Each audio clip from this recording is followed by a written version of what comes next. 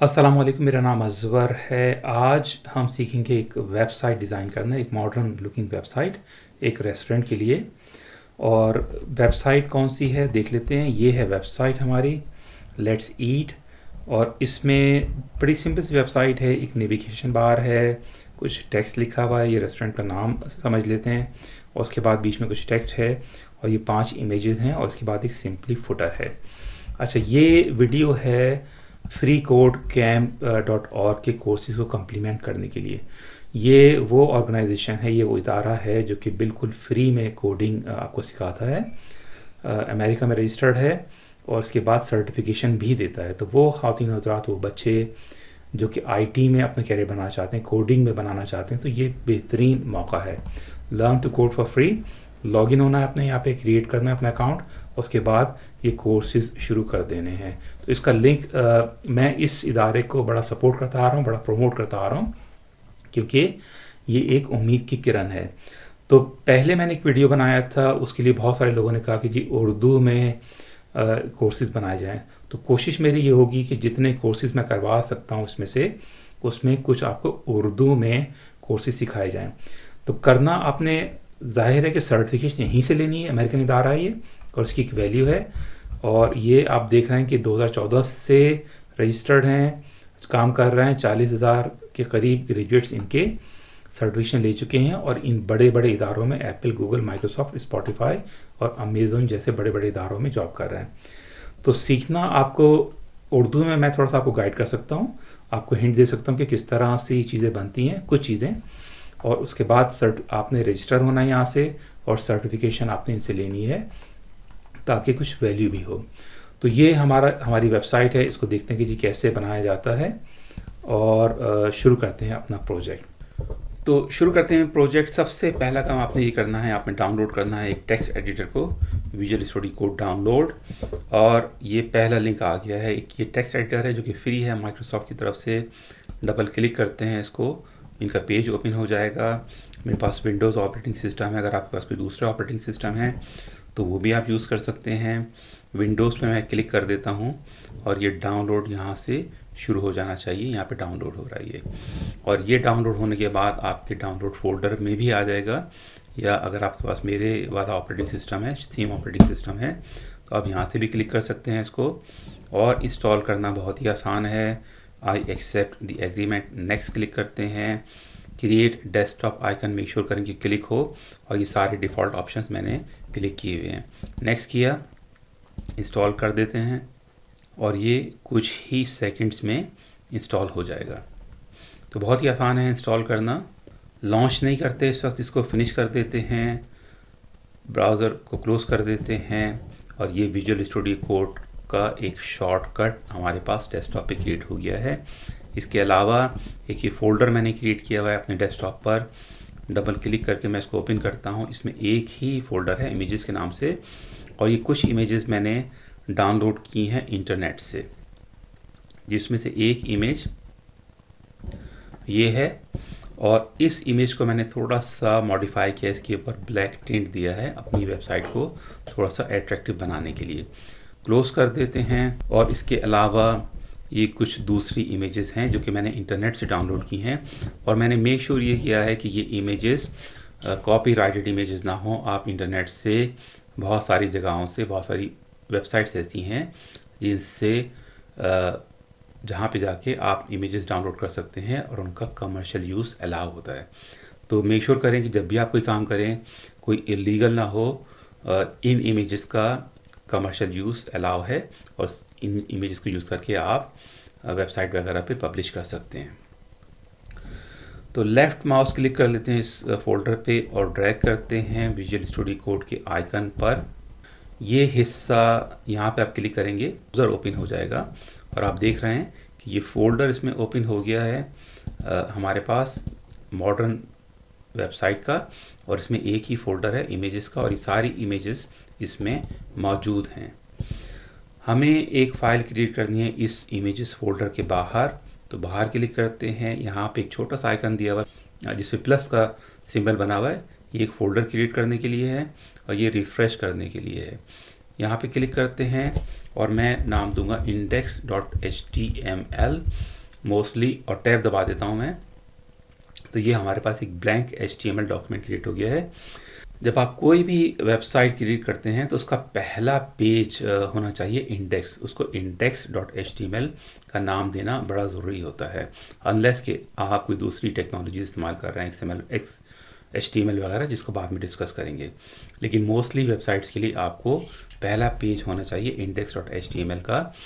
जब आपका ब्राउज़र किसी वेबसाइट पे जाता है तो सबसे पहले index.html डॉक्यूमेंट को तलाश करता है। अगर ये नाम index.html नहीं है तो वेबसाइट आपकी काम नहीं करेगी, पहला पेज यूज़ नहीं होगा, पहला पेज लोड नहीं होगा। तो ब्राउज़र को, एक्सप्लोरर को चेंज कर देते हैं, मिनिमाइज कर देते हैं, और मैं शिफ्ट दबा के 1 दबा रहा हूँ तो एक्सक्लेमेशन मार्क टाइप हो गया है इसमें, और मैं टैब का बटन दबाता हूँ। तो एक बेसिक HTML स्केलेटन भी कहते हैं इसको, बाद लोग इसको बॉयलर प्लेट भी कहते हैं। तो ये नाम आपने, टर्मिनोलॉजी थोड़ी सी याद रखनी है। और ये कुछ बना होता है कुछ HTML टैग्स और एलिमेंट्स से। इसमें ये दो चीज़ें एब्सोल्युटली ज़रूरी नहीं है, लेकिन अगर हों तो बहुत ही अच्छी बात है। और ये डिफ़ॉल्ट लैंग्वेज इंग्लिश का भी होना ज़रूरी नहीं है। तो ये डॉक्यूमेंट बना हुआ, इसमें जो पहला हिस्सा है डॉक टाइप, इसका मकसद ये है कि ब्राउज़र को बताया जाए कि जो डॉक्यूमेंट आप रीड करने वाले हैं, जो कि वेब पेज आप रीड करने वाले हैं, वो है HTML5 में लिखा हुआ। तो ये डिक्लेरेशन जो है, ये डॉक टाइप डिक्लेरेशन है, ये होती है HTML5 को डिक्लेयर करने के लिए, जो कि लेटेस्ट वर्जन है इस वक्त। इसके अलावा इसमें एक लाजमी एलिमेंट होता है HTML का, और एक एलिमेंट बना होता है, एक वेबसाइट बनी हुई होती है मुख्तलिफ एलिमेंट्स से। 140 से करीब HTML टैग्स हैं, HTML एलिमेंट्स हैं, और एक एलिमेंट बना होता है एक ओपनिंग एलिमेंट टैग और एक closing element tag. For example, अगर मैं टैब दबा के इसको फॉरवर्ड कर दूं, थोड़ा सा टैप कर दूं,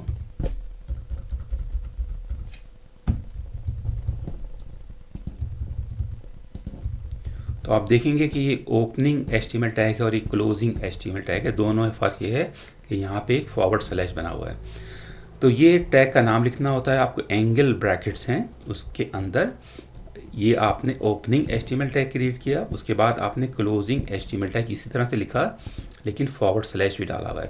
इसी तरह से ये हेड, ओपनिंग हेड टैग है और ये क्लोजिंग हेड टैग है, ये दोनों टैग मिलके एक एलिमेंट बना रहे हैं। और इसके बाद ये एक टाइटल का एलिमेंट है जिसमें ओपनिंग टाइटल टैग है और एक क्लोजिंग टाइटल टैग है, और उसमें बीच में लिखा हुआ है डॉक्यूमेंट।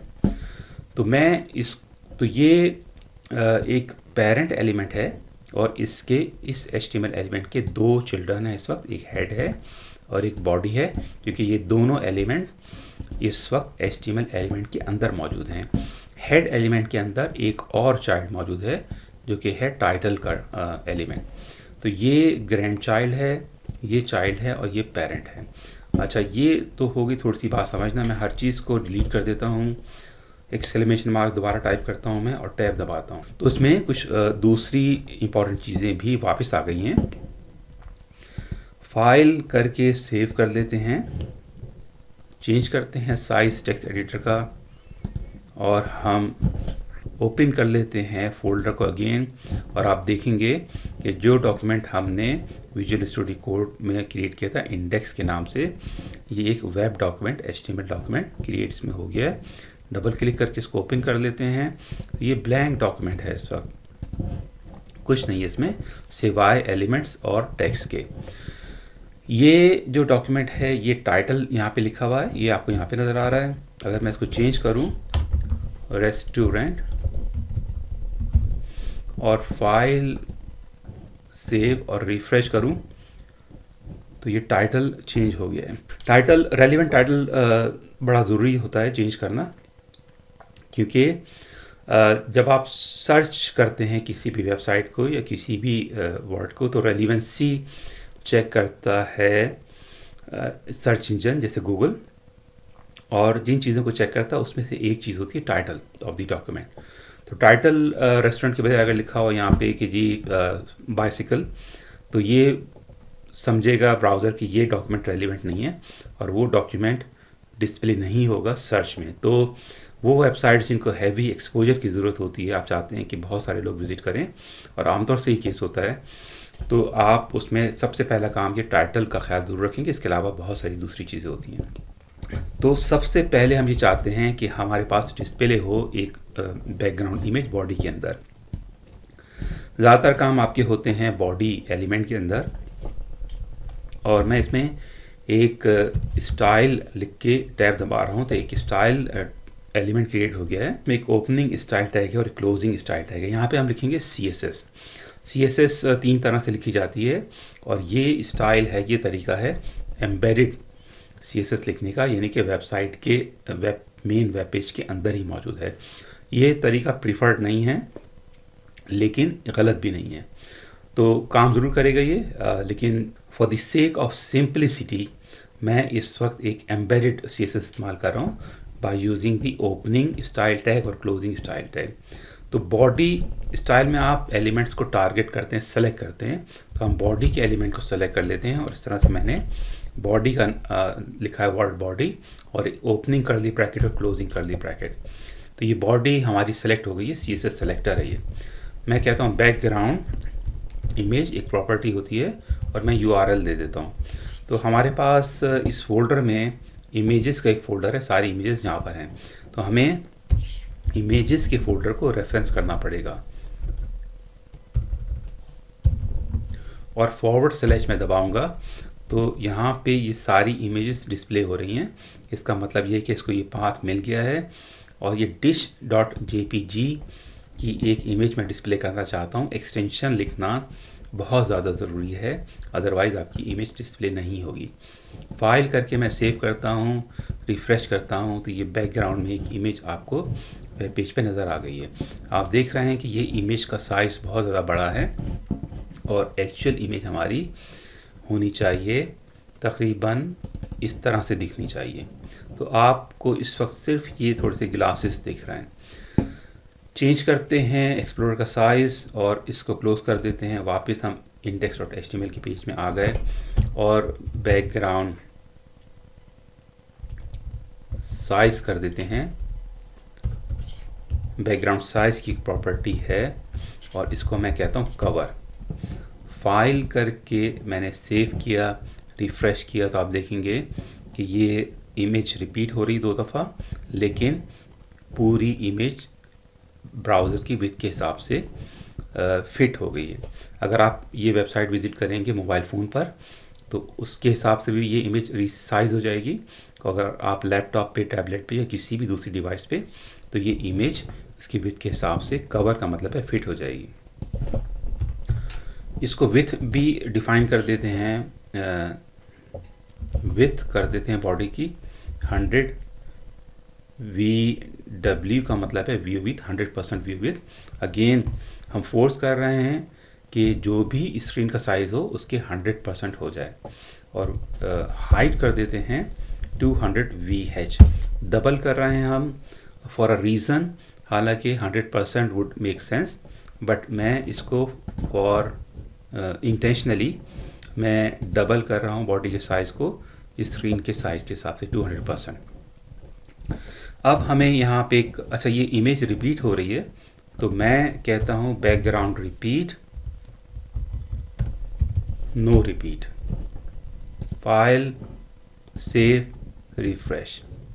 अब आप देख रहे हैं कि दूसरी चीज़ ये है कि ये मैं स्क्रॉल कर रहा हूँ, तो इमेज हमने बॉडी का साइज़ बड़ा कर दिया, तो स्क्रॉल के साथ साथ इमेज भी स्क्रॉल हो रही है। तो मैं चाहता हूँ कि इमेज स्क्रॉल ना हो, तो मैं कहता हूँ बैकग्राउंड अटैचमेंट एक प्रॉपर्टी होती है, इसको फिक्स कर देते हैं। फाइल करके सेव करते हैं, रिफ़्रेश करते हैं, और हमारे पास ये इमेज इस वक्त स्क्रॉल नहीं होगी। आप देख रहे हैं कि स्क्रॉल बार मौजूद है यहाँ पे, लेकिन मैं स्क्रॉल अप एंड डाउन कर रहा हूँ तो स्क्रॉल बार ऊपर नीचे जा रहा है, लेकिन इमेज स्क्रॉल नहीं हो रही। तो ये बेसिक थोड़ा सा हमने फॉर्मेटिंग कर ली है CSS के हिसाब से, बॉडी की बैकग्राउंड इमेज और बॉडी का साइज़ वगैरह। ये इनमें से काफ़ी सारी properties as we go change करनी पड़ेंगी, लेकिन अब हमें इसमें एक नेविगेशन बार बनाना है, और वो बनाएंगे हम बॉडी के अंदर। तो नैव का एक एलिमेंट जो कि आप लोगों के लिए नया है, मैं NAB दबा के टैब दबाया मैंने, तो एक ओपनिंग नैव टैग और एक क्लोजिंग नैव टैग क्रिएट हो गया। ये दोनों टैग मिला के एक एलिमेंट क्रिएट कर रहा है नेविगेशन बार का, ठीक है, नैव कहलाता है। और नैव के अंदर कुछ होते हैं एंकर एलिमेंट्स। तो ए दबा के मैं टैब दबाता हूँ। एच रेफरेंस का मतलब ये होता है कि आपने देखा होगा कि वेबसाइट पे जो लिंक होते हैं उसमें आप किसी भी लिंक पे क्लिक करते हैं तो आपको एक पेज से दूसरे पेज पे ले जाता है। तो एच रेफ का मतलब ये कि वो वेब पेज का एड्रेस डालना पड़ता है यहाँ पे। इस वक्त हमारे पास एक ही पेज है, तो मैं इसको एक डमी रेफरेंस देता हूँ और वो देते हैं हैश के सिंबल से। और यहाँ पे मैं लिख देता हूँ होम, HOME। पहला पेज आमतौर से होम कहलाता है। फाइल करके सेव करते हैं, रिफ्रेश करते हैं, तो ये आपको यहाँ पे ये होम लिखा हुआ आ रहा है, जो कि डिफ़ॉल्ट कलर में बहुत ही बुरा लग रहा है। तो मैं इसको कॉपी करता हूँ, Ctrl+C, Ctrl+V 3 दफ़ा कर देते हैं, 4 दफ़ा कर देते हैं, ठीक है। तो पहला लिंक कहते हैं होम, दूसरे लिंक को कह देते हैं मेन्यू, तीसरे लिंक को कह देते हैं वेन्यू, चौथे को कह देते हैं केटरिंग और पांचवें को कह देते हैं contact.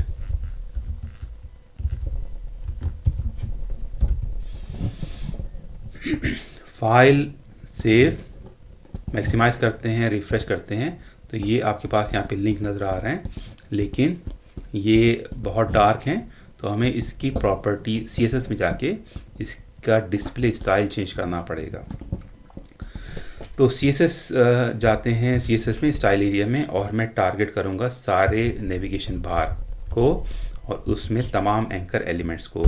So that's how you target, you select all the anchor elements। I'm selecting all the anchor elements जो कि इस नेविगेशन बार के अंदर मौजूद हैं।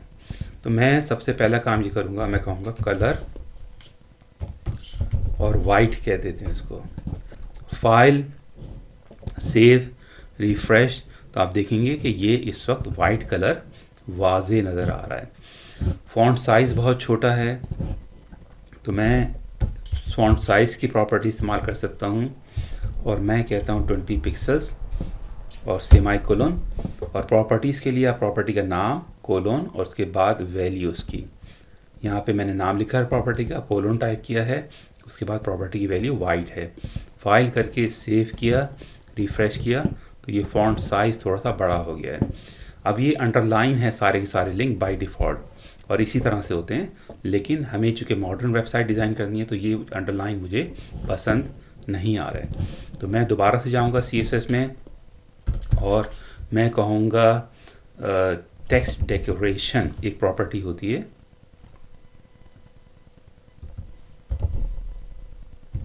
और इसको कह देते हैं नन। तो टेक्स्ट डेकोरेशन को अगर आप नन करेंगे तो क्या होगा कि ये अंडरलाइंस गायब हो जाएंगी। जैसे ही मैं रिफ़्रेश करूँगा तो ये कोई भी लिंक इस वक्त अंडरलाइन नहीं है। अच्छा, नेविगेशन बार को हम सेंटर में लाना चाहते हैं और थोड़ा सा गैप देना चाहते हैं, तो मैं ब्राउज़र का साइज़ चेंज करता हूं और मैं इस वक्त हमने टारगेट किया था तमाम एंकर एलिमेंट्स को with in this navigation bar. हम टारगेट करेंगे इस वक्त नेविगेशन बार इटसेल्फ, ठीक है। तो NAV ओपनिंग कर दी ब्रैकेट और क्लोजिंग कर दी ब्रैकेट, और सबसे पहला काम मैं करूँगा इसको बॉर्डर दे देते हैं। बॉर्डर की एक प्रॉपर्टी मैंने होती है वो यूज़ की, कोलन टाइप किया मैंने, उसके बाद मैं कहता हूँ 2 पिक्सल्स सॉलिड वाइट का एक बॉर्डर क्रिएट हो जाए। फाइल सेव रिफ्रेश, तो एक बॉर्डर क्रिएट हो गया है नेविगेशन बार के अराउंड, और आप देख रहे हैं कि डिफ़ॉल्ट विथ जो है नेविगेशन बार की, और आप देख रहे हैं कि डिफ़ॉल्ट विथ नेविगेशन बार की 100% है। हम इसको चेंज कर देते हैं, हम कहते हैं विथ, नेविगेशन बार की विथ को टारगेट कर रहे हैं, और हम कहते हैं 800 पिक्सल्स। फाइल करके सेव किया, रिफ़्रेश किया, तो ये नेविगेशन बार इस वक्त 800 पिक्सल्स है इसके विथ। मैं थोड़ा सा मार्जिन बढ़ाना चाहता हूँ, ये गैप थोड़ा सा मुझे नीचे नज़र आना चाहिए, ये पूरा नेविगेशन बार। चेंज करते हैं ब्राउज़र का साइज़, और मैं कहता हूँ मार्जिन टॉप की प्रॉपर्टी होती है, इसको कर देते हैं 80 पिक्सल्स। फाइल सेव रिफ्रेश, तो ये 80 पिक्सल्स यहाँ पे नज़र आ रहे हैं। अब अगला काम ये करते हैं कि कोशिश करते हैं कि ये सेंटर में डिस्प्ले हो।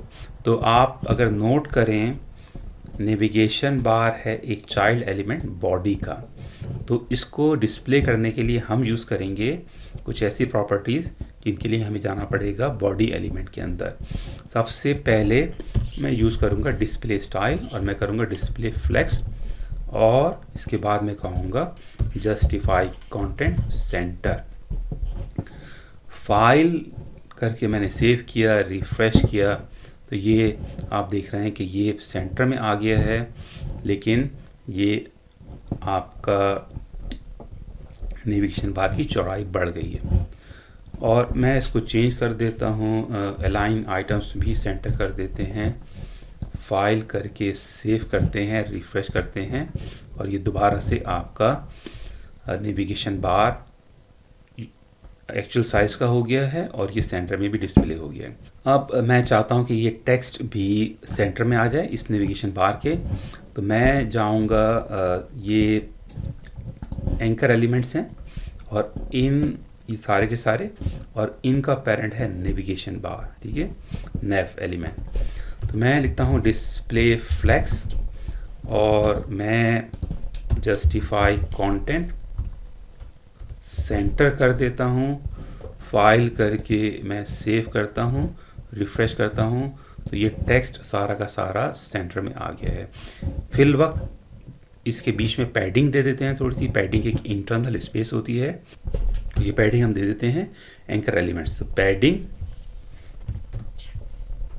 20 पिक्सल्स, फाइल करके सेव करते हैं और रिफ़्रेश करते हैं, तो ये पैडिंग भी थोड़ी सी आ गई है। फ़ॉन्ट का स्टाइल मुझे पसंद नहीं आ रहा, चेंज करते हैं ब्राउज़र का साइज़ दोबारा से, और मैं फ़ॉन्ट यूज़ कर लेता हूँ एंकर एलिमेंट्स के लिए फ़ॉन्ट फैमिली वेराला राउंड। ये फ़ॉन्ट मैंने डाउनलोड किया हुआ है, ये फ़ॉन्ट शायद आपके पास ना हो, और अगर नहीं है तो कोई सा भी फ़ॉन्ट इस्तेमाल करें। और ये मैंने फ़ॉन्ट चेंज कर दिया है, और इसके बाद मैं चाहता हूँ कि ये बॉर्डर चकोर बॉर्डर के बजाय एक राउंड बॉर्डर हो जाए।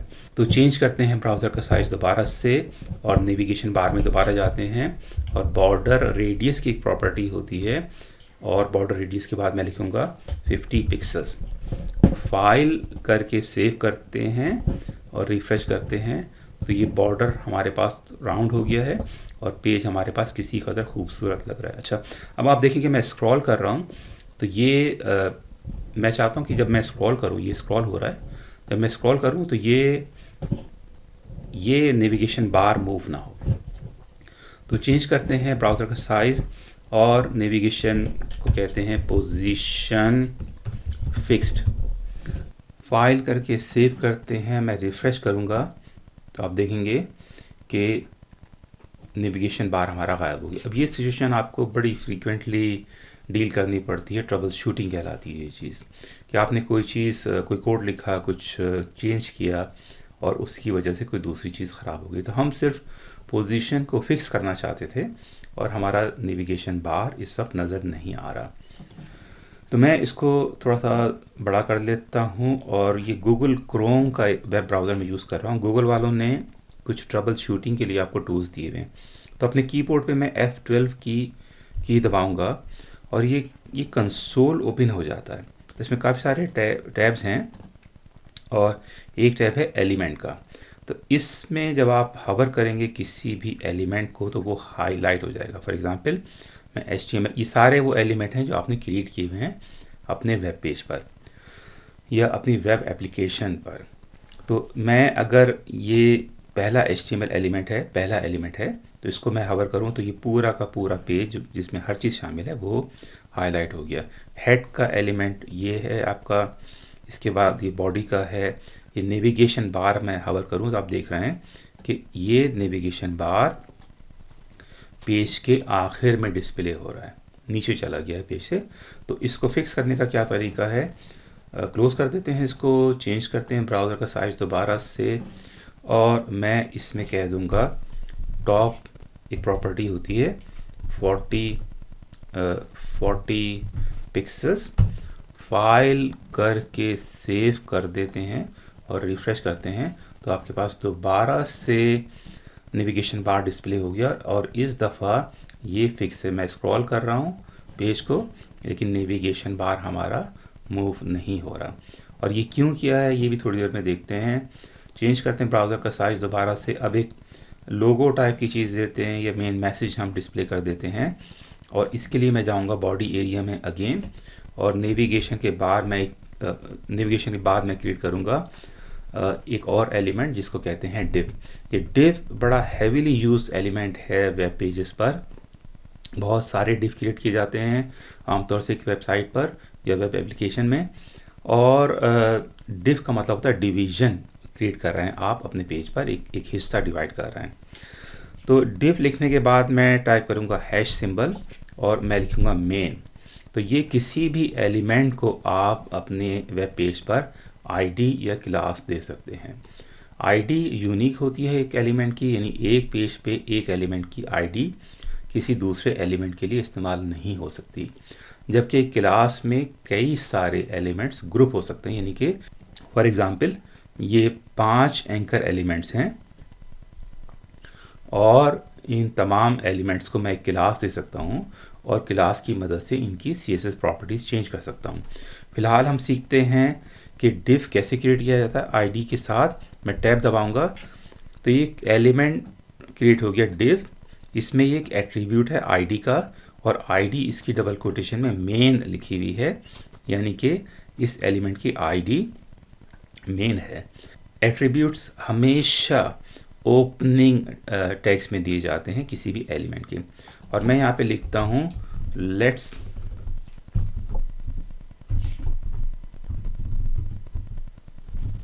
ईट।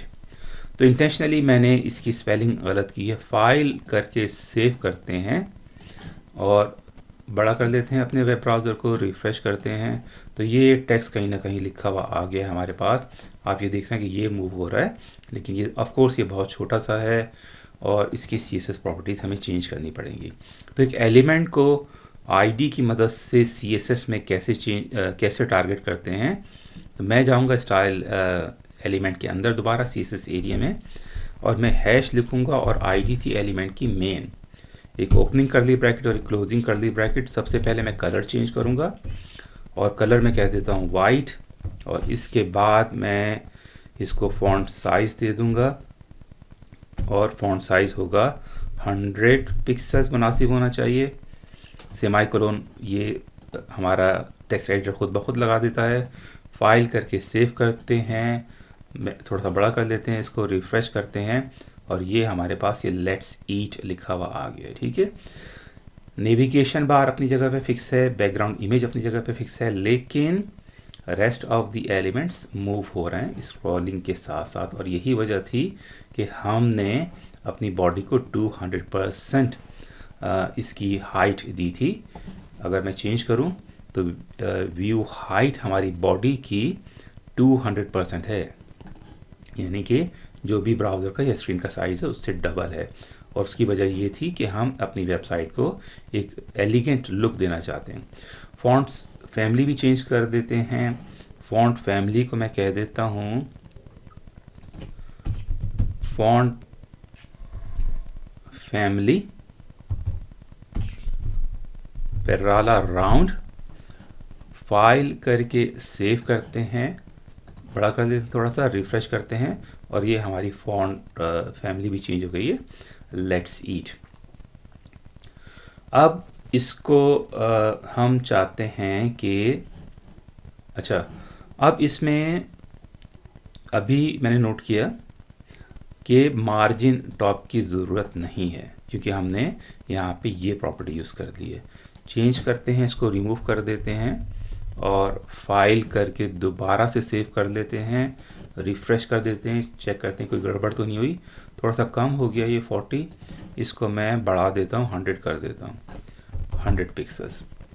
फाइल सेव रिफ़्रेश और ये हमारा जितना गैप हम चाहते हैं वो हमें नज़र आ रहा है इस वक्त। ये जब मैं स्क्रॉल करता हूँ तो टेक्स्ट नेविगेशन के ऊपर लिखा हुआ आ जाता है जो कि हाइड कर देता है नेविगेशन को। तो इसके लिए हम क्या कर सकते हैं, मैं जाता हूँ नेविगेशन के CSS प्रॉपर्टीज़ में और मैं कहता हूँ बैकग्राउंड और इनहेरिट।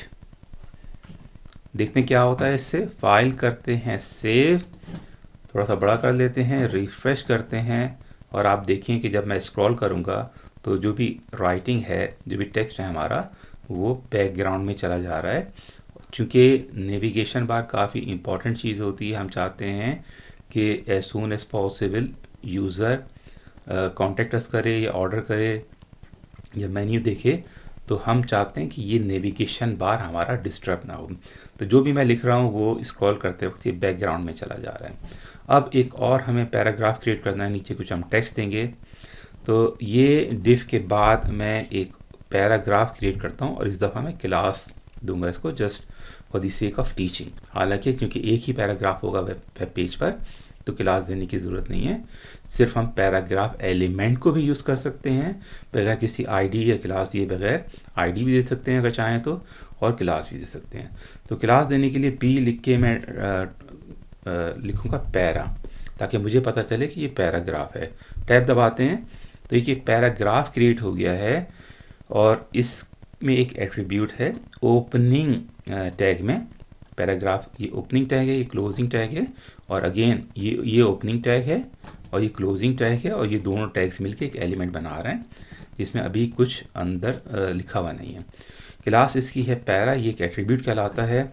और मैं लिखता हूँ लोरम, ये एक डमी टेक्स्ट होता है लोरम, और मैं 300 वर्ड्स कह देता हूँ और मैं टैब दबाऊँगा तो इसने 300 डमी वर्ड्स मुझे दे दिए। Format, right mouse click, format document, और ये फॉर्मेट भी हो गया है। अब मैं इसको सेव करता हूँ और मैं बड़ा कर लेता हूँ अपने पेज को, रिफ़्रेश करते हैं। आप देखें कि पैराग्राफ ने इस वाले डिफ को साइड पे पुश कर दिया है और ये हमें इस तरह से नज़र आ रहा है। तो हम इसको कैसे फिक्स कर सकते हैं, एक और CSS प्रॉपर्टी यूज़ करेंगे हम, और वो होगी बॉडी में जाके और नेविगेशन बार में जाके flex style, flex direction. Display हमारा फ्लेक्स टाइप है और कॉलम कर देते हैं। फाइल करके सेव करते हैं, दोबारा से बड़ा कर देते हैं अपने पेज को। ये कई सारे तरीके हैं अब इसको फिक्स करने के लिए, लेकिन उन तरीक़ों में से एक तरीका ये भी है। रिफ़्रेश करते हैं और आप देखें कि हर चीज़ गड़बड़ हो गई है। ये फ्लेक्स डायरेक्शन यहाँ पर आना चाहिए। फाइल करके सेव करते हैं और रिफ़्रेश करते हैं और ये दोबारा से हर चीज़ हमारी सही हो गई। अब ये टेक्स्ट यहाँ से यहाँ तक जा रहा नज़र भी नहीं आ रहा, तो मैं चेंज करता हूँ ब्राउज़र का साइज़। राइट माउस क्लिक करके फॉर्मेट डॉक्यूमेंट कर लेते हैं ताकि फॉर्मेटिंग हमारी सही हो जाए। और इसके बाद हम जाते हैं, हम ये पैराग्राफ को टारगेट करेंगे with the help of class. तो क्लास को कैसे टारगेट किया जाता है CSS में, क्लास एक सेलेक्टर है, हम कहते हैं पैरा क्योंकि ये क्लास का नाम ये था, और ये डॉट लगेगा इसमें पहले। ओपनिंग कर दी ब्रैकेट और क्लोजिंग कर दी ब्रैकेट, और कलर एज ऑलवेज मैं चाहता हूँ कि वाइट हो जाए। और इसके बाद अच्छा, फॉन्ट फैमिली मैं चाहता हूँ ऑफ कोर्स वेराला राउंड। अब इसमें एक और बात जो आपको नोट करनी चाहिए वो ये है कि ये फॉन्ट फैमिली वेराला राउंड हम कई दफ़ा लिख रहे हैं। तो बजाय इसके कि मैं हर जगह फॉन्ट फैमिली, अगर एक ही फैमिली इस्तेमाल करनी है, तो बजाय इसके कि हर एलिमेंट में जाके मैं अलहदा फॉन्ट फैमिली वेराला राउंड यूज़ करूं, मैं बॉडी में जाके एक दफ़ा लिख देता हूं फॉन्ट फैमिली वेराला राउंड। ये उस वक्त होगा जब आपके पेज पर हर चीज़ की एक ही प्रॉपर्टी है। लेकिन फाइल करके सेव कर देते हैं और रिफ़्रेश करते हैं तो आप देखेंगे कि हर चीज़ का फ़ॉन्ट वही है। लेकिन इसके बावजूद कि अगर आपका पूरी बॉडी में एक फ़ॉन्ट फैमिली दी हुई है आपने, लेकिन इंडिविजुअल एलिमेंट्स में जाके आप फ़ॉन्ट स्टाइल अभी भी चेंज कर सकते हैं एक पर्टिकुलर एलिमेंट का। लेकिन हमारे वेब पेज पर यूनिफॉर्म एक फ़ॉन्ट है ओवरऑल अराउंड हर चीज़ का फ़ॉन्ट वही है और ज़्यादा बेहतर मुझे लग रहा है। अच्छा, अब ये टेक्स्ट जो है ये यहाँ से यहाँ तक जा रहा है, ये बहुत पढ़ना मुश्किल हो रहा है मुझे, तो इसको थोड़ा सा चेंज करते हैं और मैं जाता हूँ पैराग्राफ में और इसको एक विड्थ दे देते हैं और विड्थ इसको कहते हैं 1000 पिक्सल्स। पैराग्राफ की विड्थ हम चेंज कर रहे हैं, फाइल करके सेव कर देते हैं, रिफ़्रेश करते हैं और आप देखें कि विड्थ थोड़ी चेंज हो गई है और थोड़ा बेहतर नज़र आना शुरू हो गया। फ़ॉन्ट साइज़ भी कम है, तो फ़ॉन्ट साइज़ कह देते हैं फ़ॉन्ट साइज़ 20 पिक्सल्स। फाइल करके सेव कर लेते हैं, रिफ़्रेश करते हैं अपने पेज को और ये किसी कदर बेहतर मुझे लग रहा है फ़ॉन्ट साइज़। एक और चीज़ कि जी यहाँ से टेक्स्ट बिल्कुल एक लाइन में है और यहाँ से आगे पीछे है, तो इसको जस्टिफाई कर सकते हैं और इसका तरीका ये होता है कि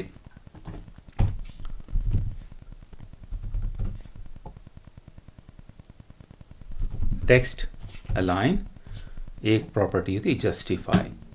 फाइल करके सेव किया मैंने और दोबारा से पेज को बड़ा कर लेते हैं, रिफ़्रेश किया, आप देखें कि दोनों तरफ से एक बॉक्स सा बन गया है और किसी कदर इसमें जो भी आप टेक्स्ट लिखेंगे, ये डमी टेक्स्ट है, इसमें इवेंचुअली आपको अपनी कंपनी के बारे में, अपने बिज़नेस के बारे में, जिस वेबसाइट के बारे में आपको टेक्स्ट लिखना होता है, लेकिन for the sake of designing you don't have enough text और राइट वर्डिंग आपके पास नहीं होती और आपके क्लाइंट ने वो आपको प्रोवाइड करनी होती है।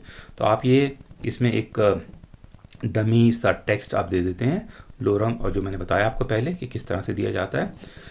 यहाँ पे थोड़ा सा गैप दे देते हैं और मैं दोबारा से जाता हूँ पैराग्राफ में और मैं मार्जिन टॉप दे देता हूँ इसको सिंपली। मार्जिन टॉप 100 पिक्सल्स, देखते हैं कैसा लगता है। फाइल करके सेव कर लेते हैं, रिफ़्रेश करते हैं, थोड़ा सा बढ़ाना पड़ेगा ताकि मैं चाहता हूँ कि ये बैकग्राउंड में ये प्लेट नज़र आए, तो इसको हम कहते हैं 200 पिक्सल्स। फाइल करके सेव कर लेते हैं, रिफ़्रेश करते हैं और दिस इज़ जस्ट परफेक्ट, क्योंकि यहाँ पे ये टेक्स्ट आपका ऑब्स्क्योर नहीं कर रहा। इस प्लेट को हम स्क्रॉल करते हैं तो हर चीज़ मेन्यू नेविगेशन बार के पीछे चली जाती है और उसके बाद जब पेज लोड होगा तो ये हमें इमेज भी नज़र आ रही है बैकग्राउंड की और ये काफ़ी इंटरेस्टिंग लग रहा है। अच्छा, अब हमें यहाँ पे इमेजेस डिस्प्ले करनी है, कुछ इमेजेस जिनमें लिंक भी होंगे। तो मैं चेंज करता हूँ ब्राउज़र का साइज़ दोबारा से और हम अपने टेक्स्ट एडिटर में आ जाते हैं और मैं जाऊँगा बॉडी से जस्ट पहले पैराग्राफ के बाद और मैं एक डिव क्रिएट करना चाहता हूँ, डिव जिसकी आईडी हो इमेजेस, और मैं टैब दबाऊँगा तो एक ये डिव क्रिएट हो गया है, इसमें आईडी है इमेजेस की और विद इन दिस डिव मैं कुछ इमेज एलिमेंट्स क्रिएट करूँगा। तो उससे पहले मैं एंकर क्रिएट करूँगा, एक एंकर एलिमेंट, और एंकर एलिमेंट इस वजह से क्रिएट कर रहा हूँ मैं कि हम चाहते हैं जब इमेज पे क्लिक करे कोई भी यूज़र तो उस क्लिक के नतीजे में एक दूसरा पेज ओपन हो जाए।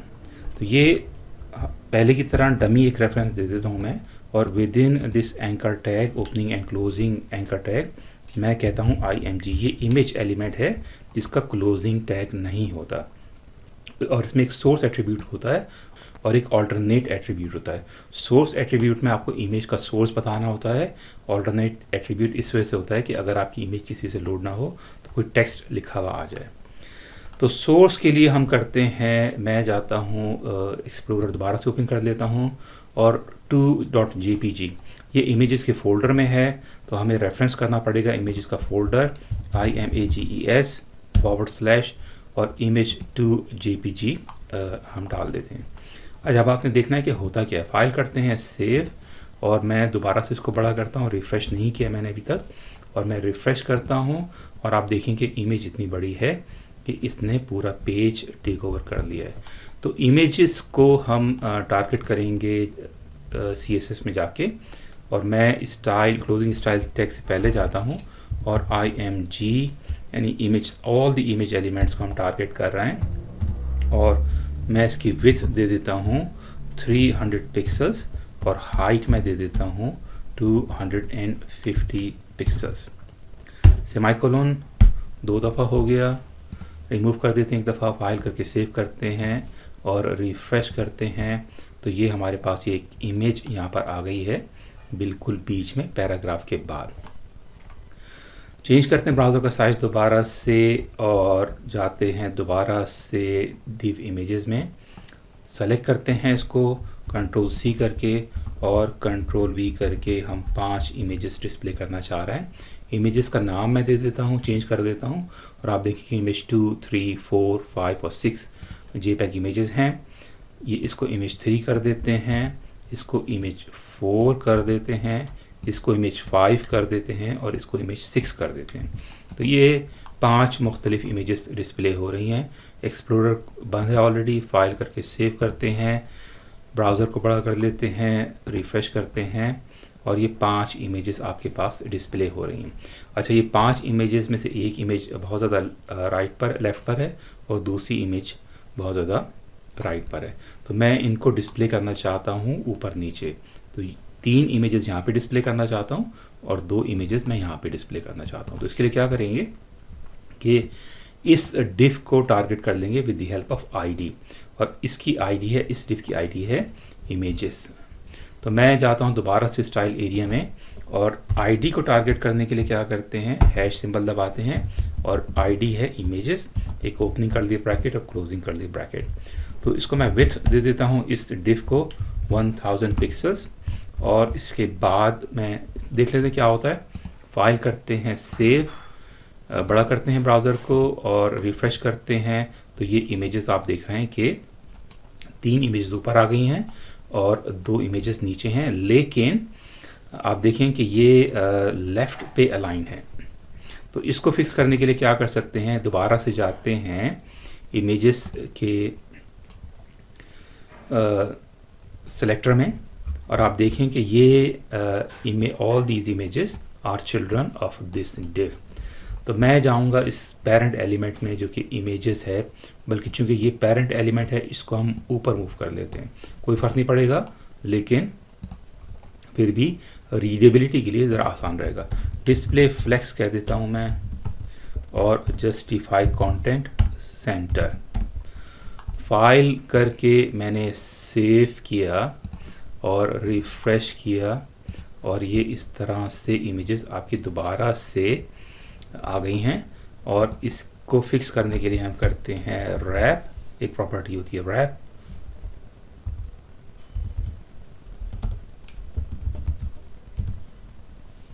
और फ्लेक्स रैप और रैप कह देते हैं क्योंकि डिस्प्ले फ्लेक्स है। फाइल करके सेव करते हैं, बड़ा करते हैं ब्राउज़र को, रिफ़्रेश करते हैं। तो ये बिल्कुल जस्टिफाइड सेंटर है और 3 ऊपर इमेजेस हैं और 2 नीचे हैं। तो थोड़ा सा गैप बढ़ाना चाहता हूँ मैं, एक दूसरे से बिल्कुल मर्ज हो रही हैं ये। तो हम कहते हैं इमेजेस में गैप 20 पिक्सल्स, गैप की एक प्रॉपर्टी होती है 20 पिक्सल्स। फाइल करके सेव करते हैं, बड़ा कर लेते हैं ब्राउज़र को, रिफ़्रेश करते हैं, गैप नहीं आया, इमेजेस में गैप देना गालिबन, गैप इसको ऊपर कर देते हैं, right mouse click, format document, file, save, उसके बाद रिफ़्रेश। तो ये गैप भी आ गया है 20 पिक्सल्स का और ये परफेक्टली फिट है। अच्छा, इसको थोड़ा सा और खूबसूरत बनाने के लिए एक बॉर्डर दे देते हैं। तो चेंज करते हैं ब्राउज़र का साइज़ और इमेजेस के अराउंड में कहता हूँ बॉर्डर थिक बॉर्डर देंगे, 5 पिक्सल्स सॉलिड और may be 4 pixels solid white. File करके सेव कर लेते हैं, बड़ा कर लेते हैं अपने ब्राउज़र को, रिफ़्रेश करते हैं और ये हमारे पास बॉर्डर भी आ गया है वाइट 4 पिक्सल्स का और काफ़ी ज़्यादा खूबसूरत लग रहा है। अच्छा, आप नोट करें कि ये टेक्स्ट जो है ये ऊपर मूव हो गया, स्क्रॉल बार यहाँ पे मूव हो गया। अच्छा, 2 चीज़ें और हैं जो मैंने नोट करा था इसमें कि हमारी वेबसाइट ये अभी तक रिस्पॉन्सिव नहीं है। फॉर एग्ज़ाम्पल सबसे पहले इसको फिक्स करते हैं क्योंकि ये बहुत फ्रस्ट्रेटिंग हो गया है। तो इसको फिक्स करने का बहुत सारे तरीके हैं, लेकिन आसान सा तरीका ये है कि जिस एलिमेंट में लेट्स ईट लिखा हुआ है जो कि मेन है, मेन डिव है with the ID of main div, इसमें चले जाते हैं और ये हमारा डिव है जिसमें टेक्स्ट लिखा हुआ है हमारा। मैं कह देता हूँ मार्जिन सिंपली टॉप 800 पिक्सल्स काफ़ी होना चाहिए मेरे तजर्बे के हिसाब से। फाइल करके दोबारा से सेव करते हैं, रिफ़्रेश करते हैं और ये हमारे पास, अगर मैं बड़ा करूं तो ये बिल्कुल परफेक्ट हो गया। यहाँ से गैप भी बढ़ा सकते हैं, लेकिन अगर आप एक बात और नोट करें तो ये टेक्स्ट हमारी वेबसाइट अभी फुल्ली रिस्पॉन्सिव नहीं है, with the exception of this background image. ज़्यादातर चीज़ें रिस्पॉन्सिव नहीं है। रिस्पॉन्सिव का मतलब ये है कि जब हम स्क्रीन छोटा करते हैं तो ये टेक्स्ट आप देखें कि ये रैप हो जा रहा है।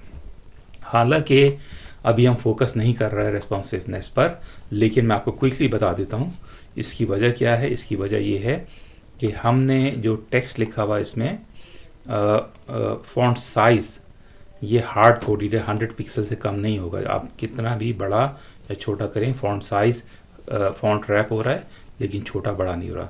तो क्विकली जस्ट फॉर नॉलेज, हालांकि इस टॉपिक को बाद में डिस्कस करेंगे, मैं इसको रेस्पॉन्सिव करने के लिए कह देता हूँ 8VW। ओके, जो भी व्यू विथ है, अगर आपका मोबाइल फ़ोन है तो उसके हिसाब से हो जाए 8% ऑफ द व्यू विथ, या फिर अगर आपका स्क्रीन 24 इंच की स्क्रीन है तो उसके हिसाब से हो जाए जो भी स्क्रीन का साइज़ है। फाइल करके सेव करते हैं, रिफ़्रेश अभी मैंने नहीं किया है तो इस तरह से था, ये इस तरह से रैप हो रहा है। ठीक है,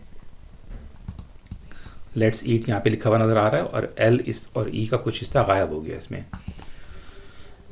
रिफ़्रेश करते हैं, इस वक्त ये साइज़ है। अगर मैं इसको दोबारा से छोटा करूं तो आप देखें कि ये जो लेट्स ईट लिखा हुआ आ रहा है ये स्क्रीन के साइज़ के हिसाब से छोटा या बड़ा हो रहा है।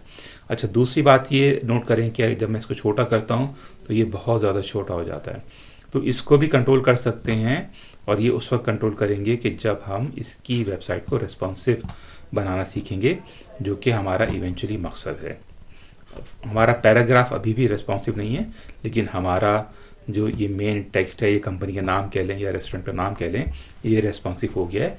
लेकिन इसमें थोड़ी सी इम्प्रूवमेंट हो सकती है इन दैट कि जब ये बड़ा हो स्क्रीन का साइज़, बड़ी स्क्रीन पे तो मुझे सही लग रहा है, लेकिन जब मैं छोटी स्क्रीन पे जाता हूँ तो ये मुझे ऐसा लगता है कि ये बहुत ज़्यादा छोटा हो गया। स्टिल मैं चाहता हूँ कि छोटी स्क्रीन पे ये थोड़ा सा लिखा हुआ बड़ा नज़र आए और जब ये स्क्रीन बड़ी हो तो ये साइज़ सही है। तो हमने किसी कदर समझ लिया है, ये रिस्पॉन्सिव के लिए परसेंटेज दे रहे हैं हम, व्यू विथ और व्यू हाइट, लेकिन हमारा पैराग्राफ अभी भी उसके हिसाब से नहीं है, रिस्पॉन्सिव नहीं है।